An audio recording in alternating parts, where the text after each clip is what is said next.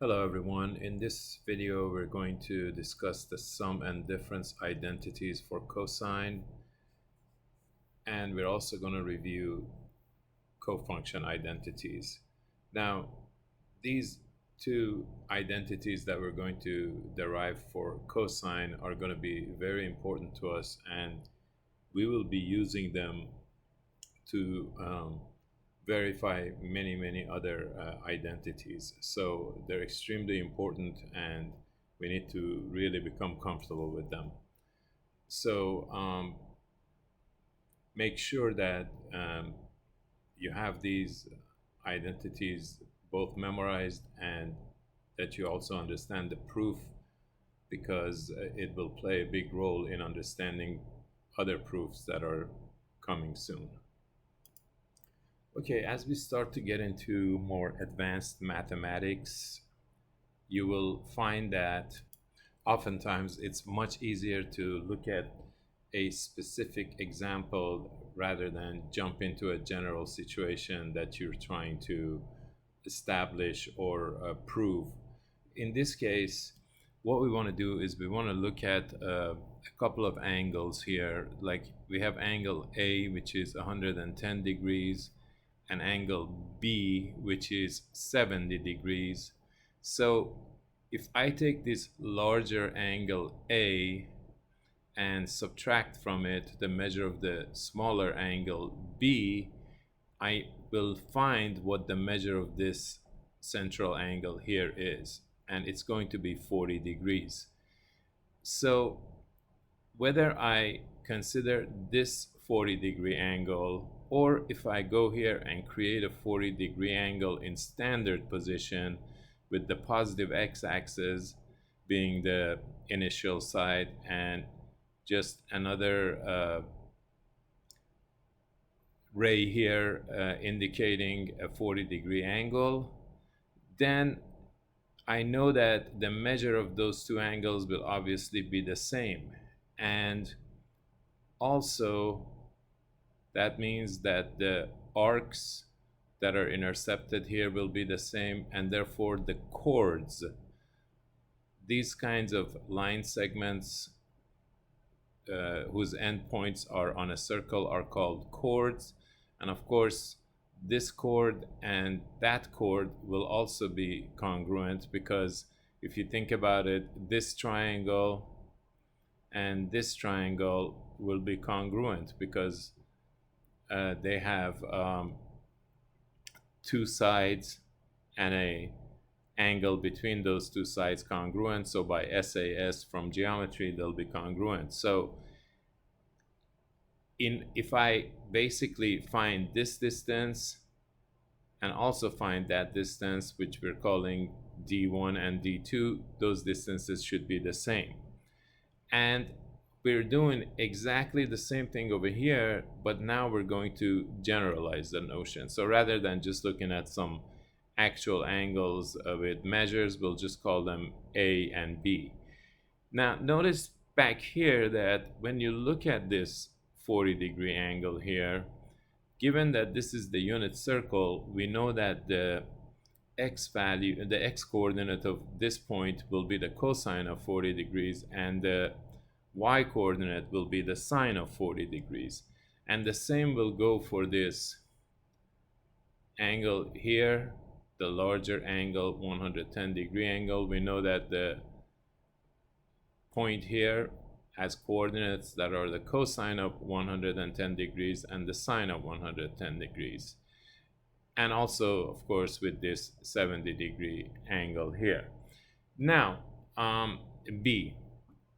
So if we look at our general case here, we have our angle A, which is indicated by red, and the point corresponding to it will have coordinates cosine A, sine A.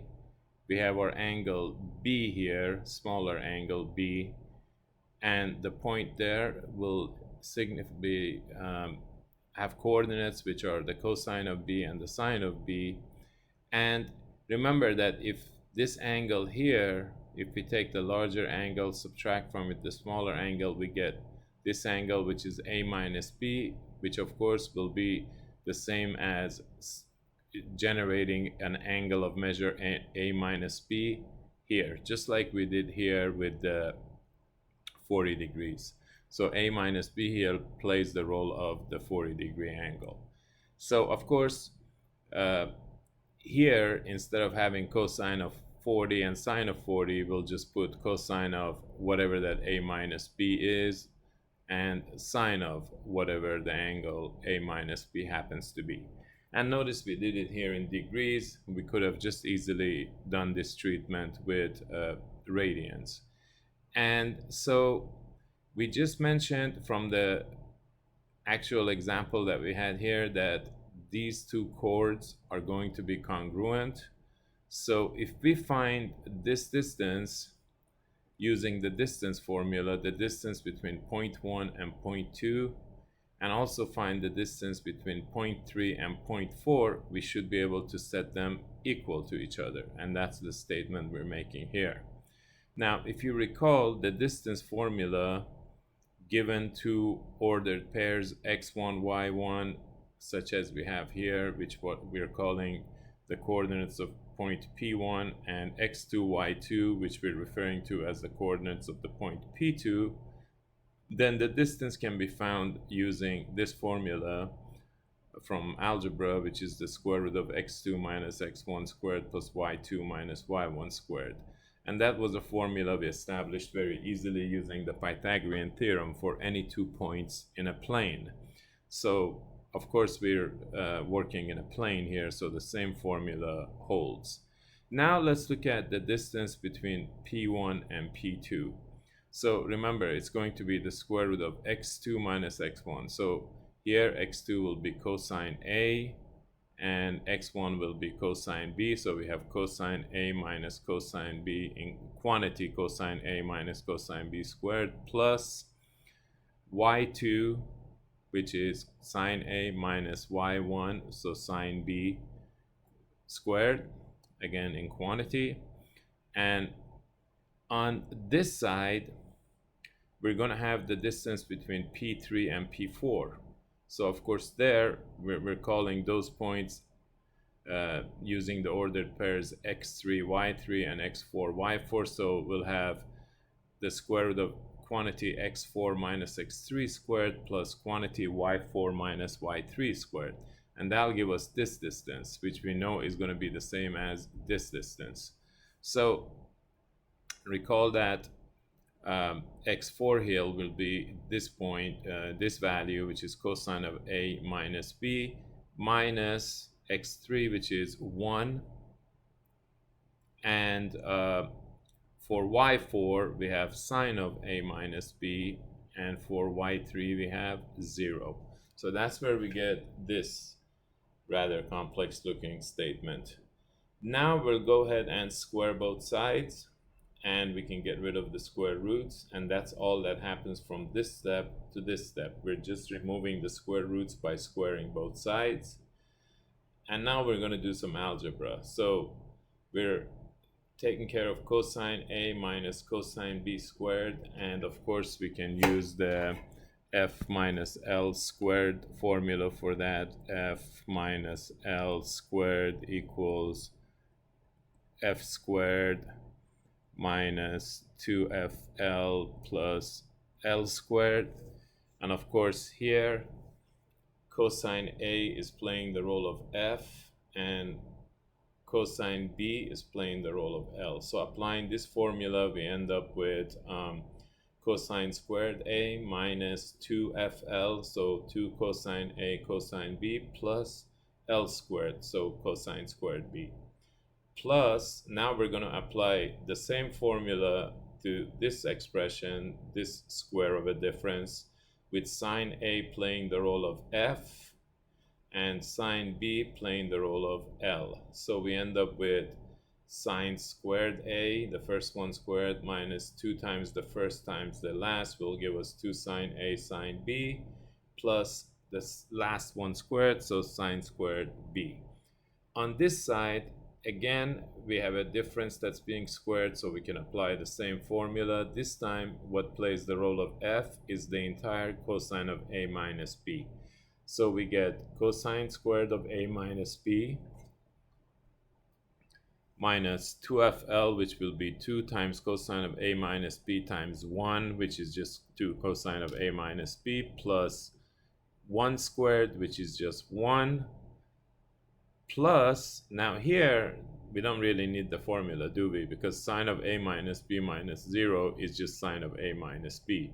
So we end up with sine squared of a minus b, and that's where we get this. Okay, so now, if you notice, on this side, we have cosine squared a plus sine squared a, which we know is 1, right? Remember, one of the main identities we've been dealing with. And we also have cosine squared b and sine squared b. So that gives us another 1. So we have, that's where this 2 comes from, minus 2 cosine a cosine b minus 2 sine a sine b. So that's all that we have left on the left side. On the right side, notice we have cosine squared of a minus b plus sine squared of a minus b. It doesn't matter what angle you're taking the sine squared and cosine squared of. As long as you add those, you're going to get 1. So there's a 1 from there. There's a 1 already there, so that gives us 2. And then the only other thing left is negative 2 cosine of a minus b. So we get 2 minus 2 cosine of a minus b. So now we notice we have 2 on both sides, so basically you can cancel them out because you have the exact same expression on both sides of an equation, so just subtract it from both sides. So now let's go ahead and move this negative 2 cosine of a minus b to the other side. It becomes positive 2 cosine of a minus b. And let's go ahead and move both of these negative terms to the other side. We'll get a nicer all positive expression. So we get 2 cosine a cosine b plus 2 sine a sine b. All that we have left to establish the formula we're looking for the cosine of a difference. Remember the title of the section, Sum and Difference Identities for Cosine. So dividing all 3 terms, basically both sides, by 2, we get cosine of a minus b equals cosine a cosine b plus sine a sine b. There we established the cosine of a difference formula using some geometry as well as some algebra. So you can see how all these different branches of mathematics are tied into each other, and you have to really be comfortable with all of them to make sense of the whole thing. Make sure you understand this before we proceed. Okay, now that we established the formula for cosine of a minus b, we can very easily establish a formula for cosine of a plus b, because if you remember, we can write any sum as a difference. So we can write cosine of a plus b as cosine of a minus negative b. Remember, that's just going to become plus. So these two expressions are the same. So now we're going to apply the cosine of a minus b formula, which we just derived on the previous page, and it's written right here, to a and negative b. So we get cosine a cosine of negative b plus sine a sine of negative b. Just applying this formula using negative b, wherever we see b in this formula, we're going to replace it with negative b. Now, remember that sine is an odd function. That means the sine of negative b will become negative sine of b, and cosine is an even function. So cosine of negative b is the same as cosine of b. So we can replace this cosine of negative b with cosine b, and we can replace the sine of negative b with negative sine b. So that means the first term here just becomes cosine A cosine B, and this plus times the negative that we get from sine B is going to make the second term negative, so we end up with cosine A cosine B minus sine A sine B. So basically, in summary, we have established both of these formulas now. This is the cosine of a difference formula, which we derived first, and now we have the cosine of a sum formula. Notice how when we have cosine of a difference, on this side we actually get a sum, and when we have cosine of a sum, we actually get a difference on that side. These two formulas you're going to want to both fully understand as well as memorize. So make sure that you do that before we move on. Okay, let's go ahead and apply these two formulas right away. Here we're given cosine of 75 degrees, and we're asked to find the exact value of the expression given. When a question like this is asked in that manner, asking for the exact value, a calculator isn't going to do us any good, because if we go ahead and type in cosine of 75 degrees, let me make sure that this is in degree mode real quickly. I have to go to settings, I believe. You'll have to do this on your own calculator as well.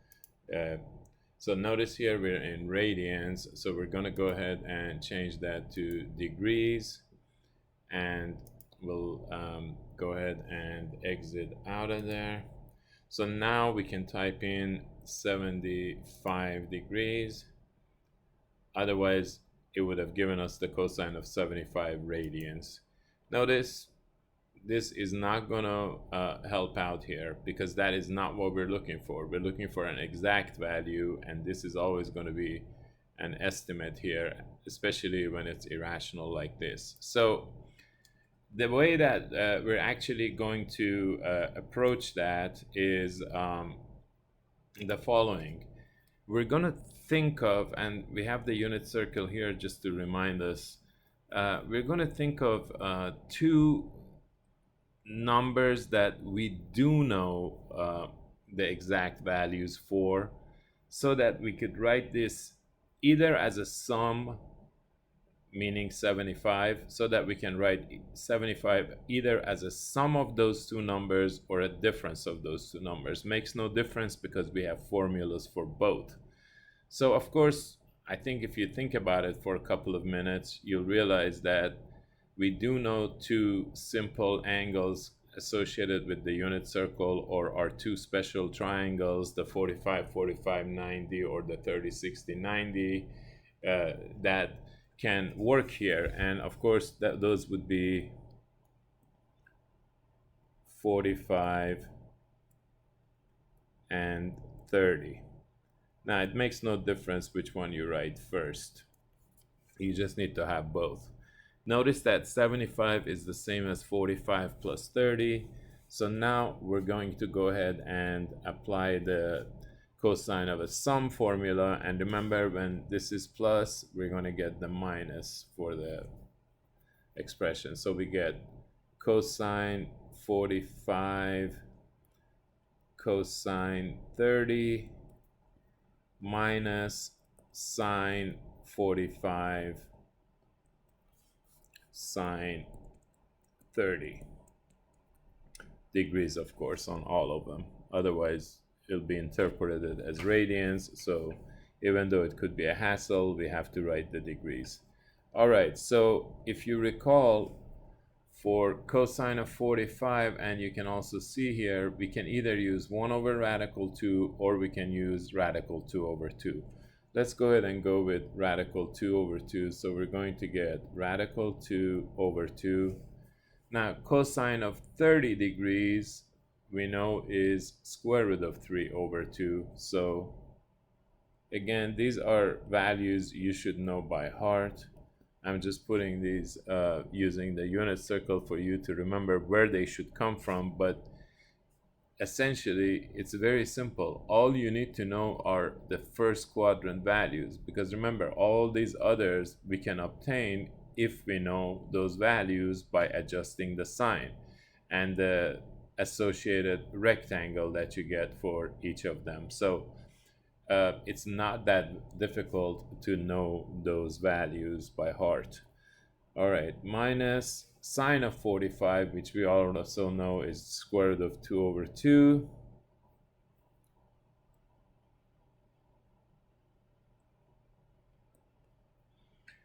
And then times sine of 30, which is, as you know, 30 is right there. And the sine is 1/2, if you recall, the y value, right? So we end up with square root of 6 over 4 minus square root of 2 over 4. And usually we would like to go ahead and write that in the simpler combined form. So we'll just get square root of 6 minus square root of 2 over 4. Of course, if you were to go back to your calculator and type that in, let me go ahead and type it in. So I'll use a parenthesis to enclose my numerator. So we have square root of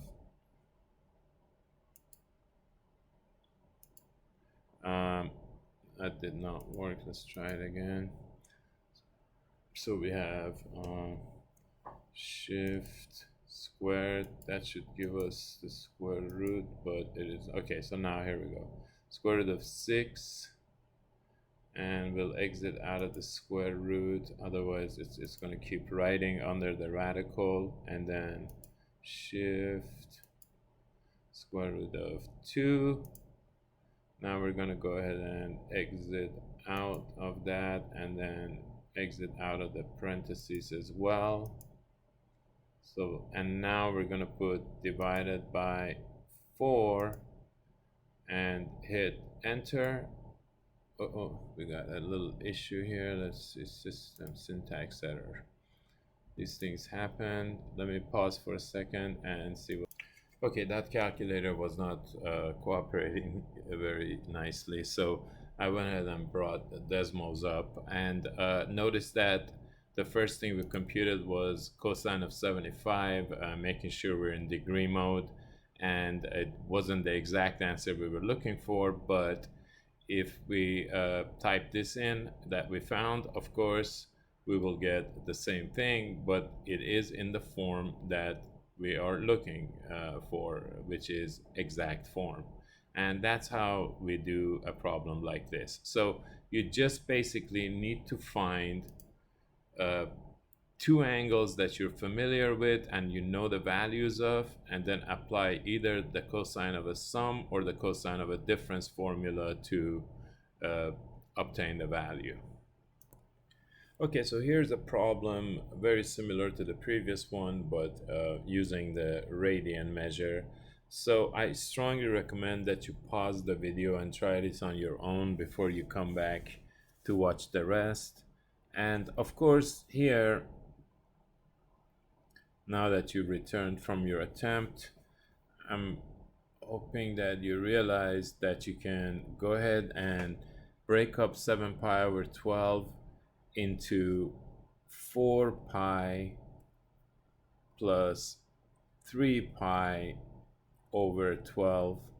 And of course we did that because we know that 4 and 3 both go into 12, so that should help simplify matters. So basically we get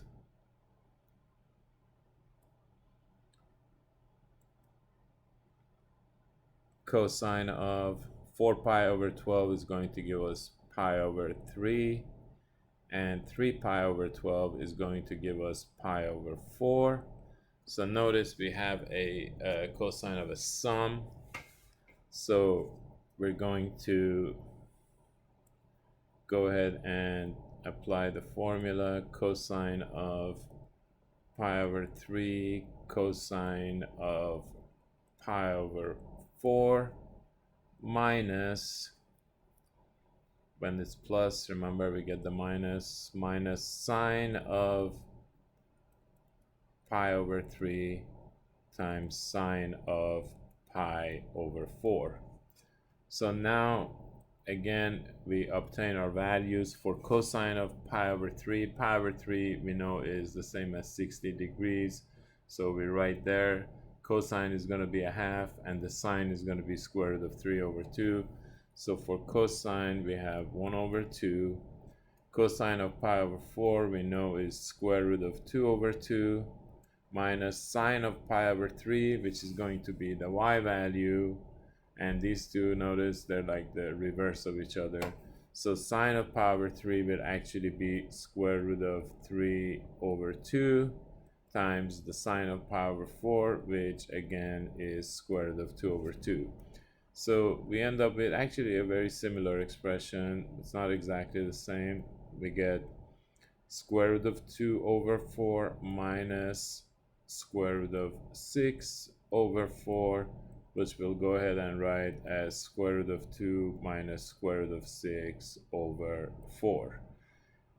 And that should do it for this one. So again, very similar, just at different units. Now we'll take a look at another problem. Okay, in this next problem, we're going to simplify this expression by using an appropriate identity.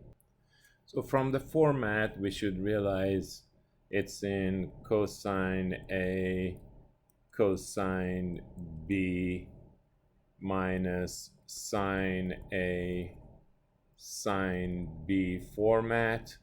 So therefore, we know this is going to correspond to cosine of A plus B.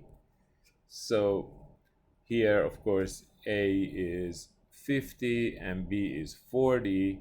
So this expression should basically be the cosine of A plus B, which is 50 plus 40. And we know that that's going to be the cosine of 90 degrees. And remember, on the unit circle, at the 90-degree point, of course, the x value, which is the cosine, is 0. So here we get 0. And that's how you would approach a problem like that. Okay, so here we're going to use one of our identities from earlier to go ahead and write this as a single function of alpha. So it's obviously in cosine of A minus B format this time, which we know is going to yield cosine A, cosine B, plus sine A, sine B. So applying the formula, we're going to get cosine of 270 degrees cosine of alpha plus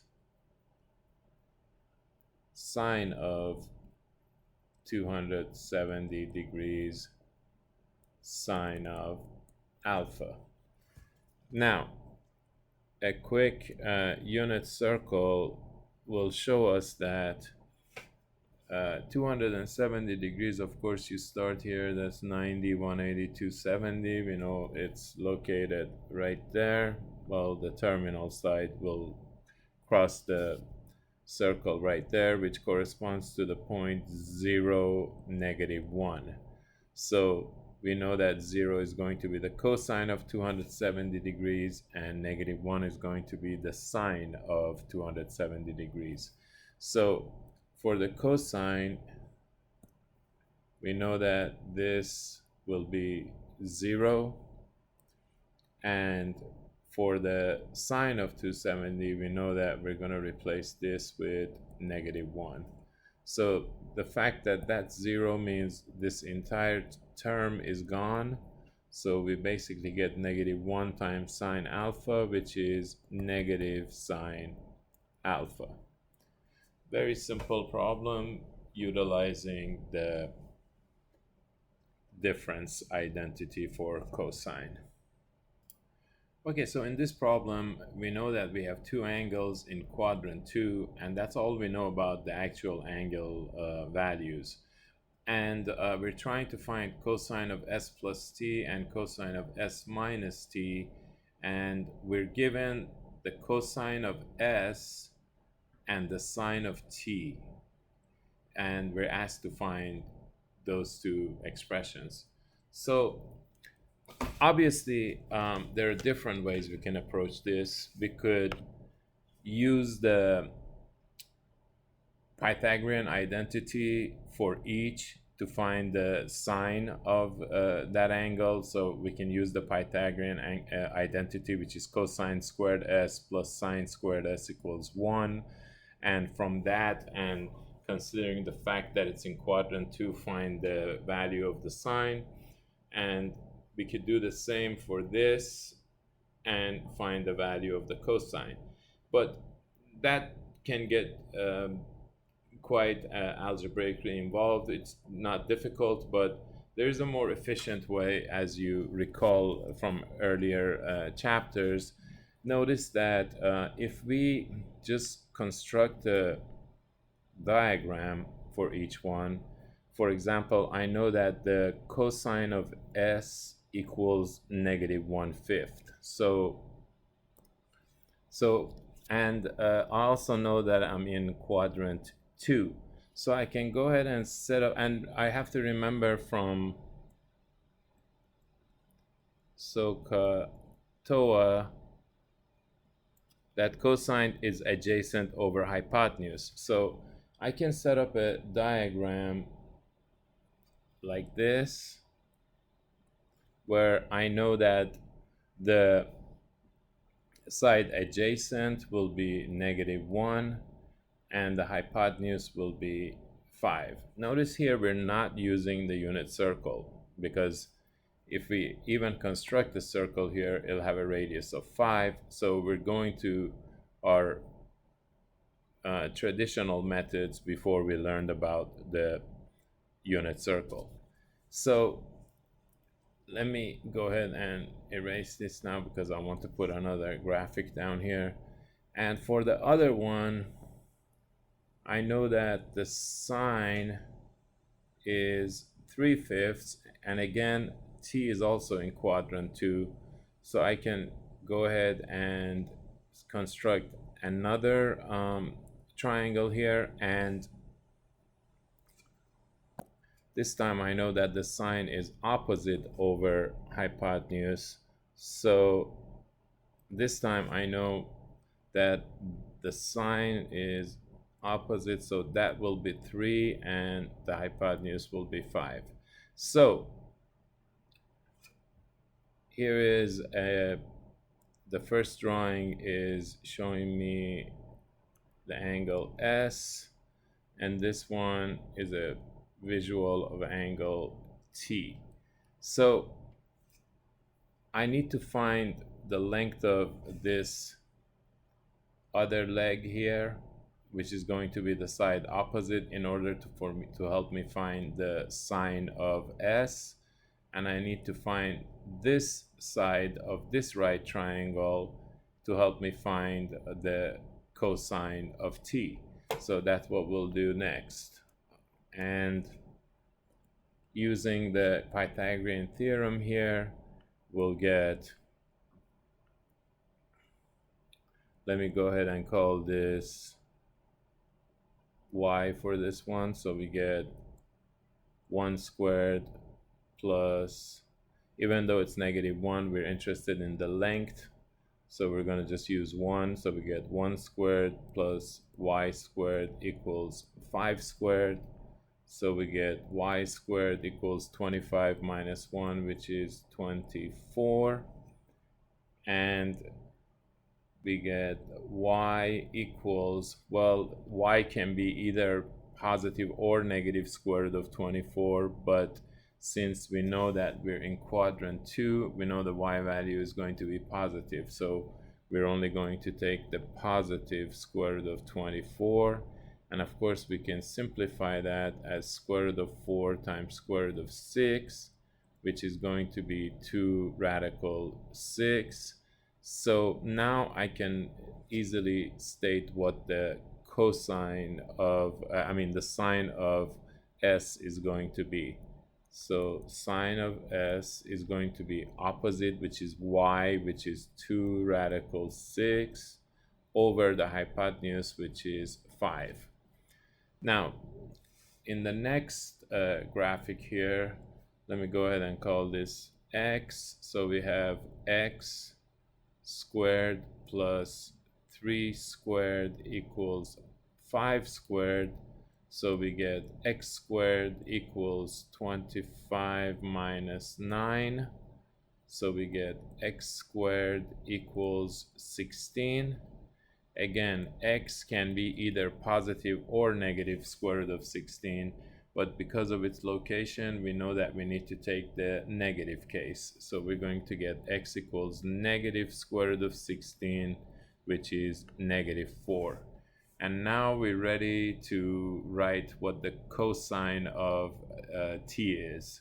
So the cosine of t, as we can see, is going to be negative 4 adjacent over hypotenuse, which is 5. All right, so this is the only part that required a little bit of work. The rest is going to be pretty easy, because to get cosine of s plus t, all we have to do is apply the formula, which is cosine s cosine t minus sine s sine t. So we're going to get the cosine of s, which we already know is negative 1/5, times the cosine of t, which we found down here to be negative 4/5, minus sine of s, which is what we found up here, 2 radical 6 over 5, times the sine of t, which was given, times 3/5. So we end up with 4 over 25 minus 6 radical 6 over 25, which of course we can simplify as 4 minus 6 radical 6 over 25. So there is the cosine of the sum of those two angles. And now we'll go ahead and find the cosine of the difference.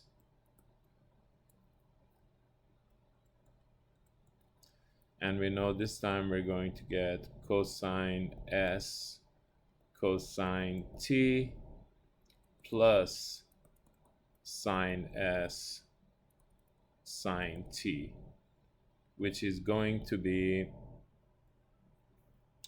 cosine of s, which is given, negative 1/5. In fact, we know that all these values are going to be the same, right? The only thing we need to change is the negative to a plus. So we don't need to go hunting again. So times negative 4/5 plus 2 radical 6 over 5 times 3/5, and finally we end up with, let's see, 4 over 25 plus 6 radical 6 over 25, and we'll write it as a nice simple 4 plus 6 radical 6 over 25. All right, so make sure that you actually write the problem down on a blank piece of paper, and that you can go through all those steps on your own before you proceed to the next problem. Okay, so here we have a true or false question trying to ask us to determine whether this is a true statement or a false statement.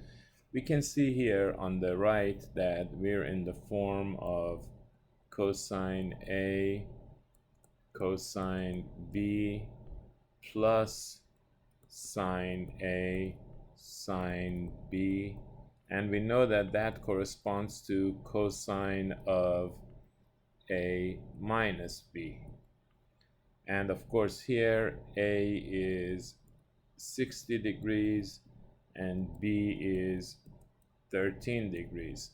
So we know that this should be the cosine of A minus B, which is 60 degrees minus 13 degrees, which is of course cosine of 47 degrees. So this statement appears to be true. Here's another true-false statement. Please pause the video and try this and then come back, see if we agree. All right, so welcome back.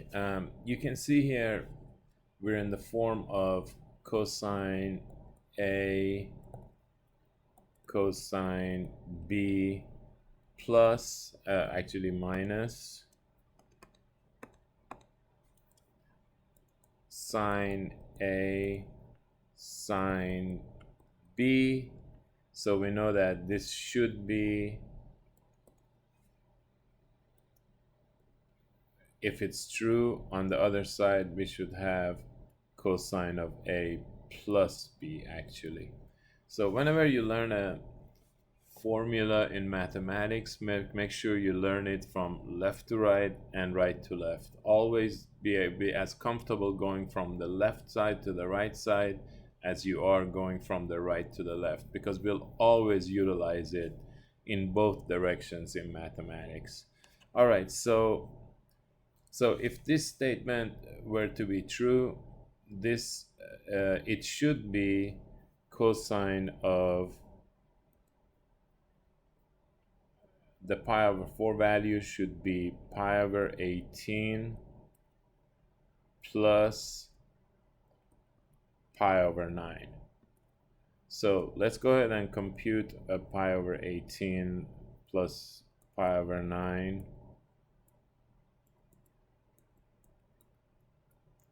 We need a common denominator, so of course that's going to require us to double that, so we have to double that. So we notice that we end up with pi plus 2 pi over 18, which is 3 pi over 18, which is pi over 6. But here they're giving us pi over 4. So this statement is obviously false. All right, so make sure that makes sense before we go on. Okay, so in this next one, we're gonna establish an identity, which is the same thing as saying verify the identity, or we can even say prove the identity. So from the previous videos, you've noticed I usually go ahead and use the proof terminology because it is a form of mathematical proof. So it looks like we have much more to work with on the left, so we'll go from left to right. So we'll start by just writing the left side, cosine of 2 pi plus x, and we will try to get to the right side eventually through some legal moves. Now, cosine of 2 pi plus x, we know that's the cosine of a sum, so we're going to apply the sum formula. So that means we're going to get cosine 2 pi cosine x minus sine 2 pi sine x. So if you look at the unit circle, you know that you can start here, go all the way around, and end here to get 2 pi. So 2 pi is basically right there. We know that the coordinates associated with it will be 1, and 0. So 1 will be the cosine, so this right here will be 1, and the sine will be 0. This right here will be 0. So we end up with cosine x, because cosine x times 1 is just cosine x, minus 0 times whatever is 0. So notice we end up with cosine x. And we have just proven the identity, so we can say QED and be done with that one. So that was a very, very simple verification, just a quick application of the cosine of a sum identity, and of course remembering the values of sine and cosine for 2 pi. Okay, so here I've put 3 different identities for us to verify, and they're all actually quite related. Notice they're all different expressions for the same expression, which is cosine 2x. So we'll establish one and then learn something about mathematics after we do so. So starting with the first one, we'll go ahead and start with cosine of 2x and see if we can work our way to the right side. Now the trick here, of course, will be the fact that I can always take the cosine of 2x and write it as the cosine of x plus x. Now if you think you can go from there, then pause the video and take it from there, because you should be able to. So notice we're just going to apply the cosine of a sum. So we get cosine x minus sine x sine x. And of course, if you notice, we now have cosine squared x minus sine squared x. We'll be seeing these identities again, so you'll want to be familiar with all 3 forms of this identity for cosine of 2x. It's called a double angle identity. All right, so I told you that we're going to learn something about mathematics once we're done with that, and that is the following: that now that I have established the fact that cosine 2x equals cosine squared minus sine squared x, I can use this fact in other proofs. Once you prove a statement, then that becomes fair game to use in any other proof. So to establish this next identity, rather than trying to work my way from scratch, I'm just going to start with the following. Because I know there's a relationship between sine squared and cosine squared. So if I just start with cosine 2x equals the result I just established, cosine squared x minus sine squared x, then I notice that on this side I want nothing but sine squares. So we already know. So down here I'm going to write some stuff, but this is not going to be part of the flow of the proof. This is just reminders. Remember that sine squared x plus cosine squared x equals 1. That's our Pythagorean trigonometric identity. And if I want only sine squared x, then I'm going to go ahead and solve this expression down here for cosine squared x, and I get 1 minus sine squared x. So where I see cosine squared x here, I can now replace it with 1 minus sine squared x. And I already have a minus sine squared x. So notice together they end up giving me 1 minus 2 sine squared x, which is the identity I was trying to establish. Notice we started with cosine 2x and through some legal moves and by utilizing another fact we had already established, we got the new fact that we wanted to establish. So now we can say QED. All right, for the next one, you should definitely pause the video and see if you can do something similar to what we did here using the first fact we established. That should be a very easy thing for you to do. So go ahead and try it and then come back. All right, welcome back. I think you realize that we can start with cosine 2x, and we can use the first fact we established, that it's equal to cosine squared x minus sine squared x.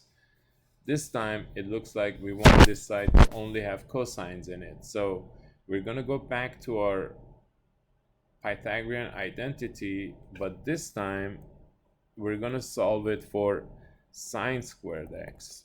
And when we do so, we end up with 1 minus cosine squared x. So we go ahead and this time keep the cosine squared x that was there, minus, and we're going to open parentheses this time because we have to distribute that minus, and we're going to just write 1 minus cosine squared x instead of the sine squared x. So we end up with cosine squared x minus 1, and minus a negative cosine squared x will give us a positive cosine squared x. And of course, now we can combine those two cosine squared x's to get 2 cosine squared x minus 1. And now we just established this last identity, which gives us an expression for cosine 2x. So now we can say QED, and now we have ourselves 3 very useful forms for cosine of 2x. Sometimes it'll be most beneficial to use this form, at other times this one, and yet other times that one. So you want to be comfortable with all 3 of them, but notice how simple it is to drive the other 2 just from the first one. So nothing to worry about too much. Okay, so here's a slightly more interesting one. It's yet another expression for cosine 2x, not used that often, but we'd like to actually go ahead and do the verification for the practice that it gives us. So it looks like we may be able to do more by starting on this side this time. So why don't we go ahead and start with the right side and try to work our way to the left side this time. So by all means, see if you can try and do it on your own before you come back. All right, so we have cotangent squared x minus 1 over cotangent squared x plus 1. Now, any previous identity that we've already established, we can use. Keep that in mind as we do these and as these get more interesting. So, for example, if we recall, we had 3 versions of the Pythagorean identity. One was obviously this one, which of course had 2 relatives. We could solve it for sine squared x to get 1 minus cosine squared x, and then we could solve it for cosine squared x to get 1 minus sine squared x. Then what we did was we divided both sides by cosine squared x, and if you notice, we get sine squared over cosine squared is tangent squared x, plus cosine squared over cosine squared is 1, and 1 over cosine squared is secant squared x. And of course, this has a couple of immediate offshoots as well. We can solve it for tangent squared x to get secant squared x minus 1, or we could move the tangent squared to the other side to end up with secant squared x minus tangent squared x equals 1. And lastly, we had the identity we established by dividing both sides of the main Pythagorean identity by sine squared x. When we do that, notice sine squared divided by sine squared is 1. Cosine squared x divided by sine squared x is cotangent squared x, and 1 over sine squared is cosecant squared x. So again, we have two immediate relatives. We could solve it for cotangent squared x to get cosecant squared x minus 1, or we could move this to the other side and end up with cosecant squared x minus cotangent squared x equals 1. So basically you have 3 main ones and 6 offshoots, and you want to not necessarily memorize all 9, but you want to be aware of them so that when you see elements in them, you should be able to realize, oh, I got an identity I can use. And this time, of course, again, keep in mind, you're not going to be writing all this every time, so don't panic. But this is more instructional. So notice that this time we have 1 plus cotangent squared. So we can go ahead and replace that with cosecant squared.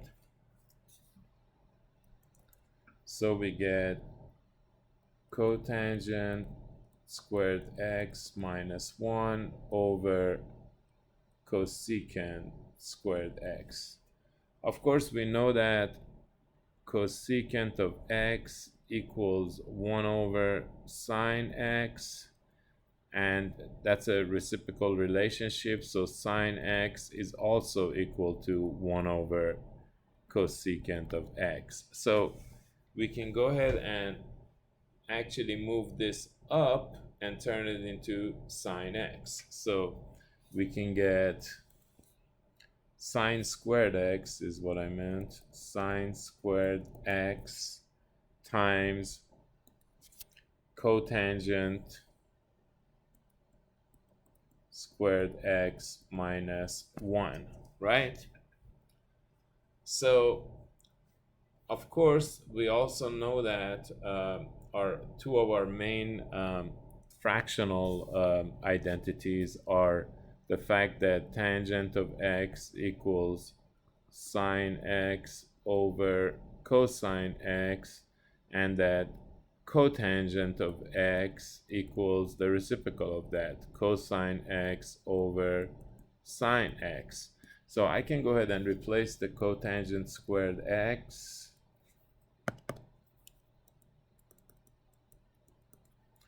by cosine squared x over sine squared x minus 1.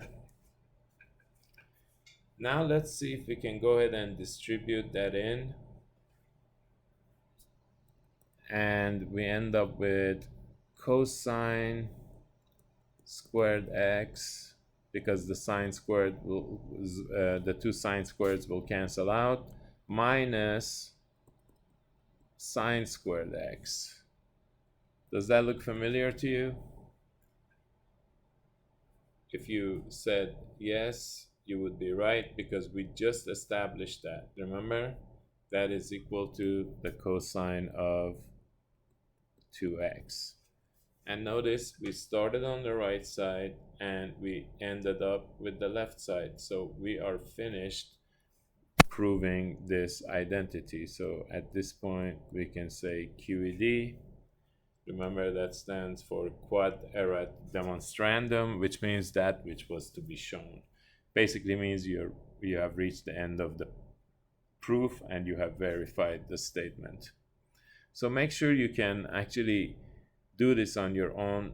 See if you can maybe even take another route. Remember, these verifications are not unique. There is more than one way to verify the same identity. It's always a great practice when it comes to these identities to see if you can do it in more than one way. So we're going to close the day by remembering these cofunction identities which we have studied before, and just applying them because we'll be using them again very soon. So it was a good opportunity to do a quick review of them. Remember that sine and cosine, therefore the name, they're cofunctions. That just means the sine of an angle is the same as the cosine of 90 minus the angle. We've looked at these on the triangle and we've also seen it work out on the unit circle. We've already established these, so this is just a review. And cosine, of course, it's a mutual relationship. If the sine of A is cosine of 90 minus A, cosine of A will also be the sine of 90 minus A, etc. So here we have the degree version, which basically the angles here are in degree measure. Here the angles are in radian measure, so these are, in this manner, these are considered to be trigonometric functions of real numbers. Here they're considered to be trigonometric functions of angles.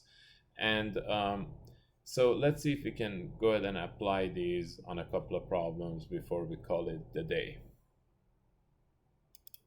All right, so here we're asked to use identities to fill the blank with appropriate trigonometric function name.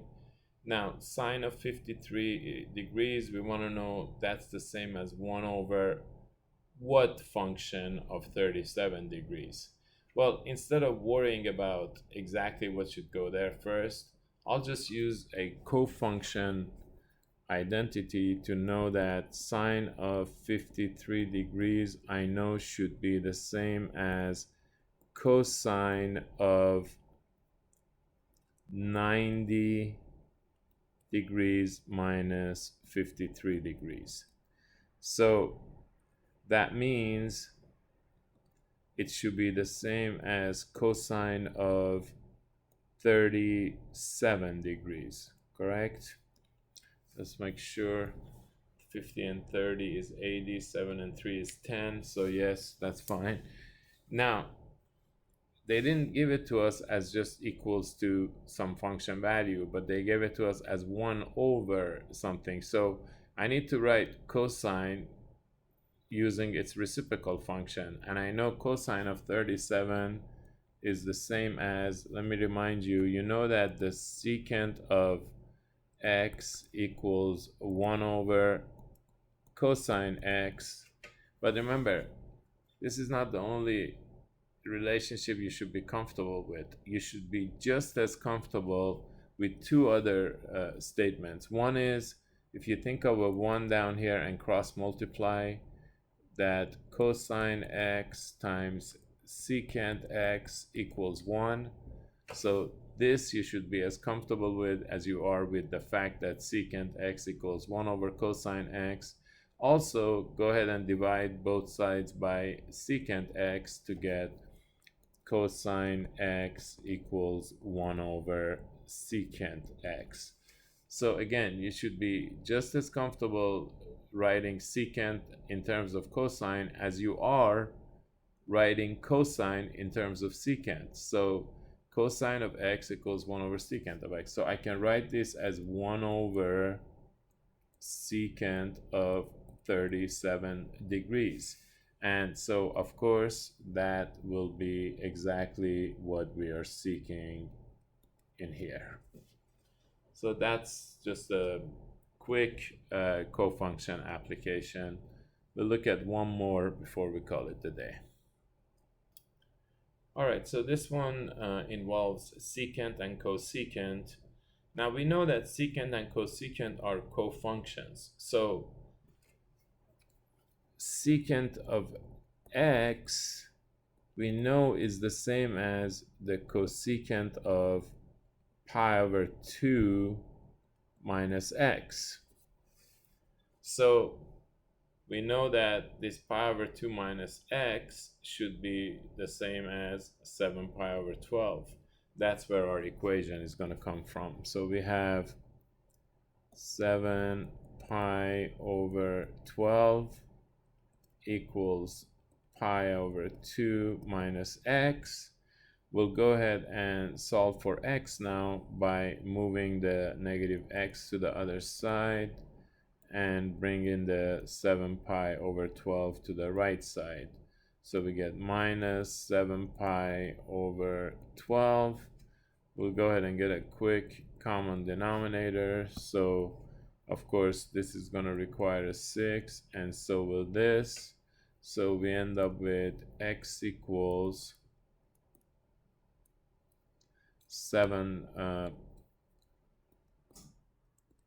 6 pi actually minus 7 pi over 12. So we end up with negative pi over 12. And there is the value of x that we were looking for. All right, so there are some nice new identities you've learned today. Make sure that you practice these by doing your assignments, and we will continue next time. So be safe until then.